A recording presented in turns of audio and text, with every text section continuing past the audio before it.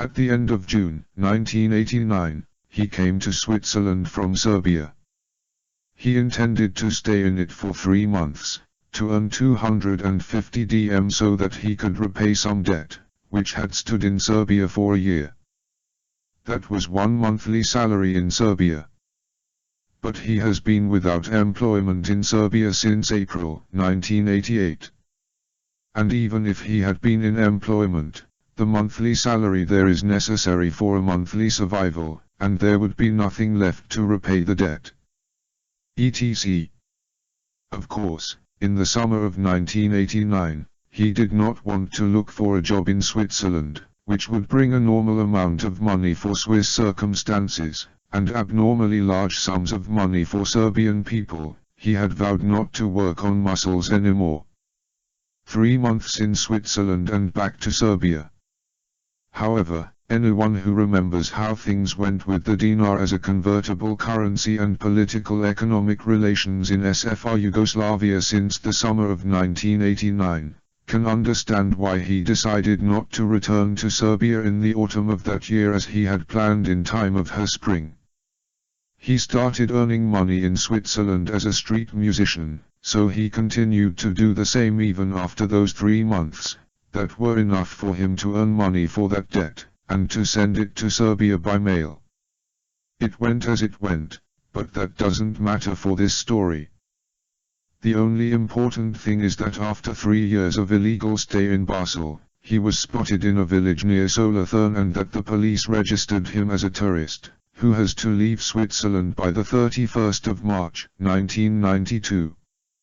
On the 1st of May of that year, thanks to one young woman, he was again in Switzerland, but now legally, that he can stay another 3 months for that year and quit. But then the war in Bosnia began, and an extension of his stay in CH fell to him. Then again, an extension, then again.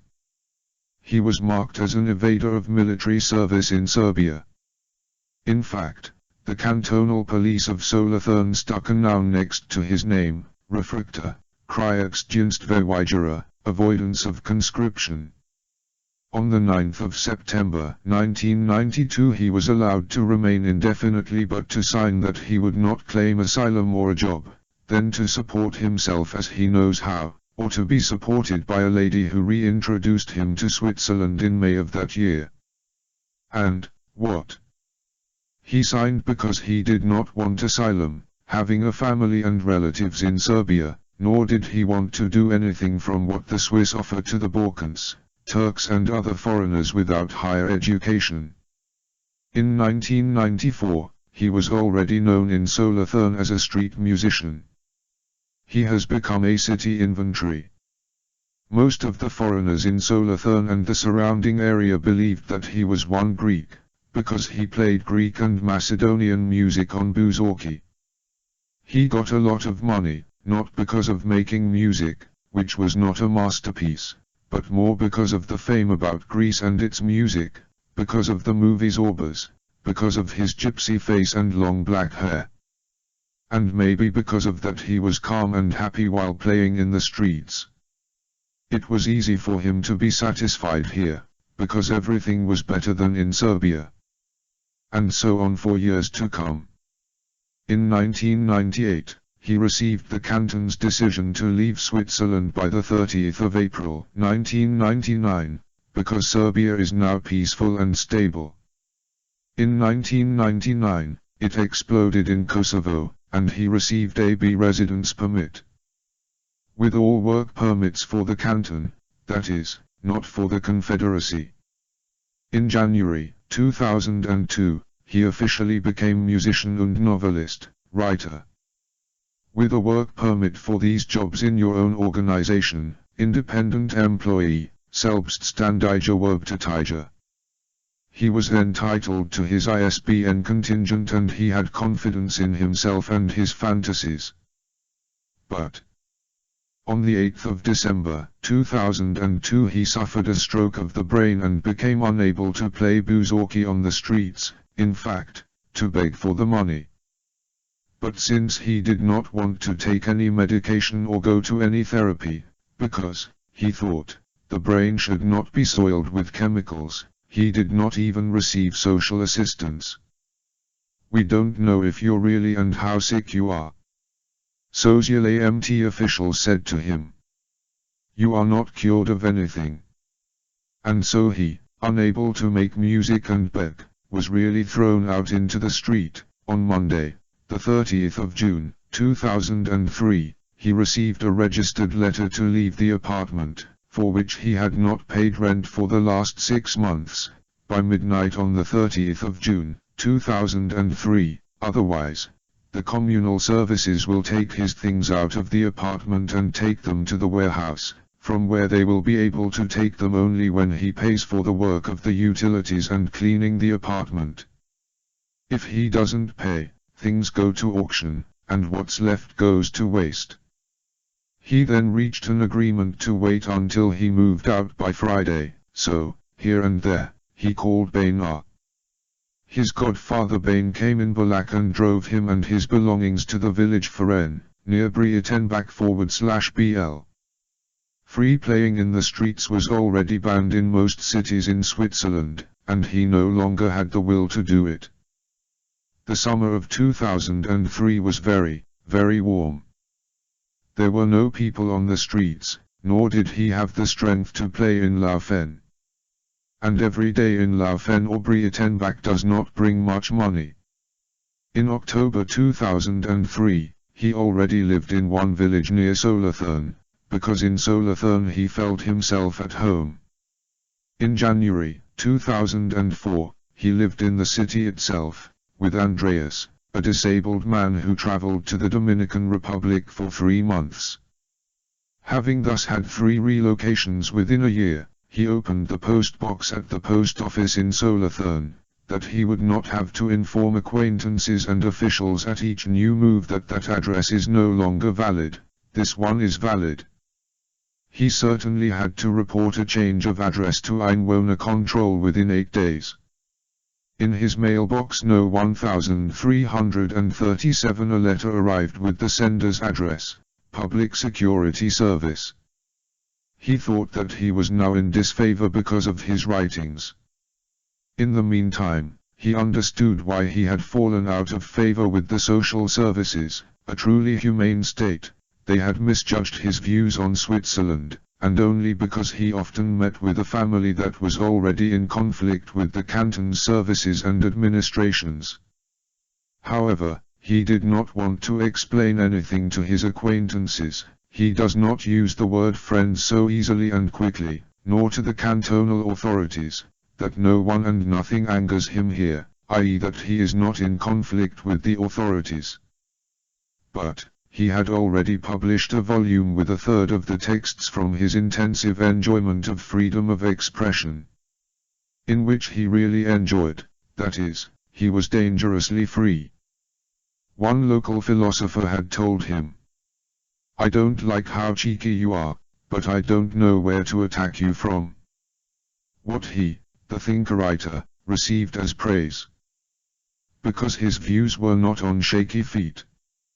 And another philosopher from BL told him, "Some things are good from you, and some things I don't agree with, but if you need an apartment, you have my house available for free, for as long as you want."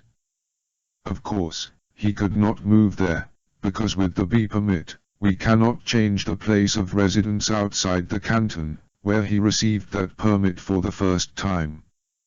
Some grandmothers and housewives had told him that his thoughts were rude and that they were unpleasantly surprised. That is, before this volume, they were quite sure that he was nice, merciful, gentle. But this now. But the attacks on his texts, as well as their praise, did not excite him. However, he was a little happy that people who have something in their heads bought 2 or 3 more volumes after one, to give them to their friends. So, what does the Department of Public Safety want from him or him? When he read the letter he grew up in his own eyes both as a writer and as a thinker-writer. In a short text it was explained to him that the Department of Public Safety was interested in his views of things and relations in ch. It was explained to him that no more letters would be sent to him with an address, and that he would send his letters to the following address. Frau GB. Postbox, 4502 Solothurn. Each of his written opinions will be paid for with a sum of francs, enclosed in a letter with a new assignment. And then the questions started coming. What do you think of this? What do you think of that? How do you rate this? How do you rate that?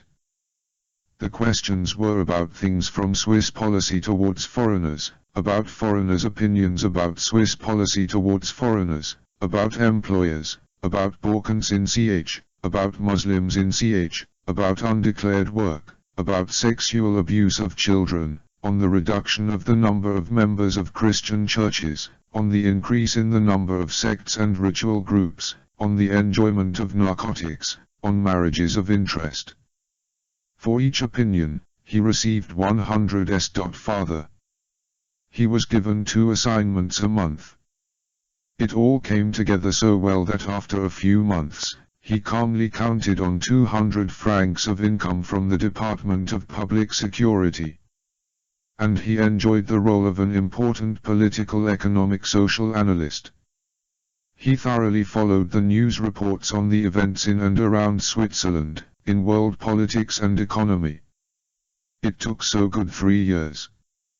And then a month passed without a letter from Mrs. B. Then another one, then a third. And he concluded that his opinion was not important to them, at the moment. He did not think that he had been completely written off as a thinker and analyst, because Mrs. B would have told him. But only that, at the moment, they didn't need his opinion about something. A year after his last opinion of Mrs. B, he received a new letter, now sent by Frau G. Bernhard, and not as the first one, to be sent by the Department of Public Safety. The letter was an invitation to meet each other at the Solothurn's Hotel Krone. He went that evening to the Hotel Krone and sat down at a table overlooking the Cathedral of St. Urs and Victor. He was approached by a woman in her 40s. Mr. Popovic, I am the daughter of the late Mrs. Bernhard. My mother died a year ago. While she was still alive, she gave me this package and told me to schedule a meeting for you by the date, to hand over this package and this letter. Mr. Popovic expressed his condolences to Mrs. Bernhard's daughter and explained to her that he had never seen her mother, but that they had only communicated through the letters. Mr. Popovic expressed surprise that someone from her side came to him privately. Because by the nature of the whole thing, no one had to inform him that Mrs. Godard Bernhard had died, but the work could be continued regardless of whether the main employer was represented by Mrs. Bernhard, this or that employee of the Public Security Department. Mrs. Bernhard's daughter explained that she had no idea what business the cooperation between her mother and him, Mr. Popovic, was. Mr. Popovic tried to understand the situation, but could only ask, since when is this letter true? Mrs. Bernhard's daughter, from my mother. She only told me that there is a sum of money for you in this envelope. Mr. Popovic, and what's in the package? Mrs. Bernhard's daughter, I don't know. The two talked for a short time about some ordinary things. Mrs. Bernhard's daughter described her mother as a very gracious woman, so she, Mrs. Bernhard's daughter, was not surprised when her mother said she would leave 1,000 francs to one street musician.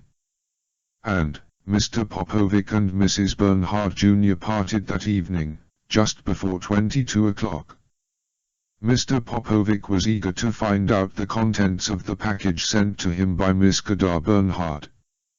He didn't think of anything, but his surprise was huge. The package contained all his letters to the Public Security Department. He numbered 77. All unopened. When she really demanded my opinion for, it is easy to conclude from the fact that my letters were not opened, for no one. but it must be admitted that she was brave in using the seal of the Public Security Department for things that did not interest her. However, my opinions have a greater value than CHF 101 at a time, but when a man is without money, give what you give. With these CHF 20,000 we are now quit. Easy black earth for her, said Mr. Popovic to himself, and put the banknotes among the music pages of the book K of Valera by Ivo Sanaric, Notan Javac.